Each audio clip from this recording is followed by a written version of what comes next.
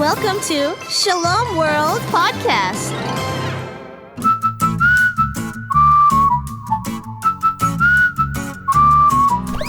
Come and play with Katie and Koco. That's the way. Get ready, let's go. Flying through the air with Koco, telling stories with Katie. You and I together, meeting my friends that help us every day. Katie and Koco, play and sing, pray and bring. You and I, we do our thing. It's Katie and Koco. So, which friend? St. Katharine Drexel. She grew up in a very rich family in America and was given lots of money when she was old enough.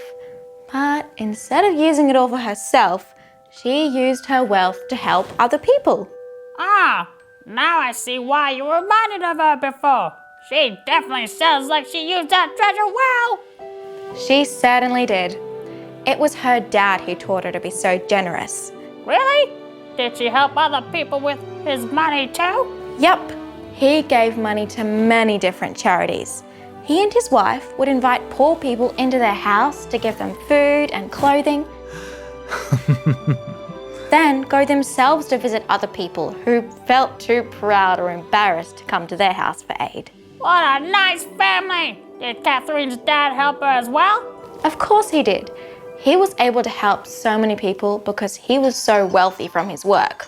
But he knew that as a father, his first responsibility was to provide for his 3 daughters. He made sure they received the best education he could give them. He took them traveling around America and Europe to show them the world. But most important of all, he taught them to pray and to love God. That explains why he and Katharine were so generous then, because they loved God. Exactly, Koco. When we love God, it makes us want to love other people by helping them in any way we can, even in small things.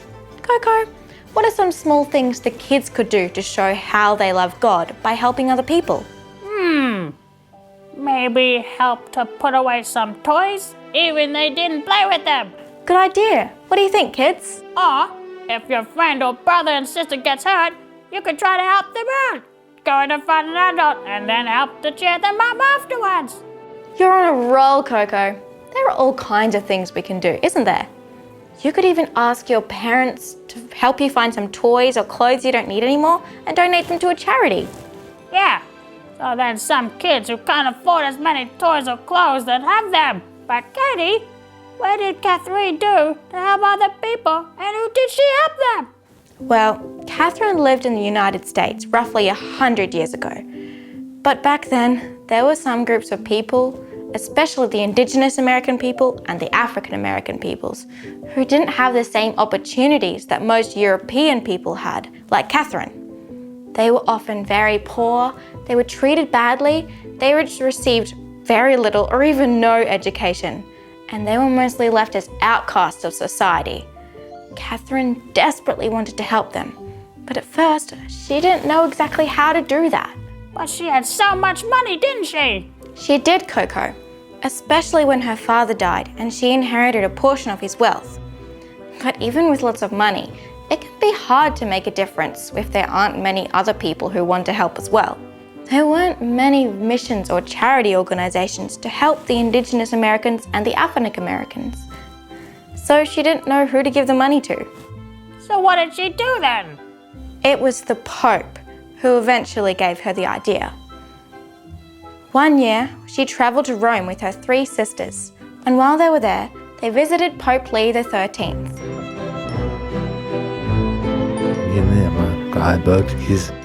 Ah, so she asked the Pope for help then. Holy Father, the Indigenous Americans are so unloved. Please send missionaries to help them. Why not, my child, yourself become a missionary? Katharine became a missionary? Wow, no pressure, right? Wait, Katie, what's a missionary again? A missionary is someone who travels to faraway lands to teach them about Jesus and welcome them into God's family. A missionary also cares for people they reach out to as best they can, caring for the sick, giving them an education, and helping to spread peace. So did Katharine become a missionary like the Pope suggested then? Yes, she did. But she was a bit shocked by the idea at first. She had thought about becoming a religious sister before, but she had imagined that she would join a convent where she would spend most of her time in prayer. The idea of becoming a nun who went out into the world and cared for people every day frightened her a bit. But after thinking and praying about it, she decided that the Pope's suggestion was what God was calling her to do in her life. Wow, Katharine was very brave. What did she do with all her money then? When she entered religious life, she gave up ownership of all her wealth, and it was used instead to support her new missionary work of helping the Indigenous and the African Americans. She soon established a new religious congregation called the Sisters of the Blessed Sacrament, who devoted their entire lives to this mission. She opened 3 new schools for the children to receive an education, as well as the first Catholic university for African Americans. Were there no schools before that, Katie? Well, there were schools, but many people back then thought that Indigenous and African Americans were less important, so they weren't allowed to go to the normal schools that already existed. That's terrible, Katie. How could she be allowed to go to school so they can learn? You're right, Koco. And that's exactly what Katharine thought too. She loved everyone, no matter what colour skin they had or where they came from, and she did all she could to make sure that the people she helped received the best possible life she could give them. And giving them an education was a great way to do that. What about today, Katie? Are Indigenous and Africans allowed to go to school like everyone else now? Yes, they are, Koco. But it took brave, loving people like St. Katharine Drexel to care for them despite how badly most people treated them for such a good change to happen. All right, but St. Katharine, you must have worked very hard. Very, very hard, Koco. And she wasn't satisfied with just one area. She also encouraged other religious congregations to spread her mission to more Indigenous American communities in different parts of America, even giving them money to support the work they would be doing. Everyone must have loved her so much. Don't you think, kids? She certainly deserved to be loved by everyone, didn't she? And I'm sure that all the people she helped must have been so thankful for all she did for them. But there would have been lots of people who didn't like how generous she was. What? Those people must have been Koco nuts. That's one way of putting it. There are always some people who try to stop good people like Katharine. Well, lucky they didn't succeed. God was one on Kathleen's side, wasn't he, Katie? He certainly was, Koco. And it was because she loved God so much that she never gave up even when things were hard. Even when she had a heart attack when she was 77 years old and she had to retire from teaching and going out on mission work, she didn't stop helping. Instead, she spent the rest of her life in prayer, thanking God for all he had done through her and continuing to ask for his help. Then, when God finally took her to heaven when she was 96, it was obvious that he had answered her prayers. Are there still sisters like Katharine today? Indeed there are, Koco. Even now, they continue to work and pray so that St. Katharine's efforts are never undone. She definitely gave them a good example. Definitely. Let's ask her for help so that we can be good examples like her.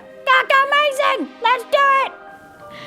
Dear St. Katharine Drexel, thank you for following God's call and giving up everything so that those in need could receive all you had to offer.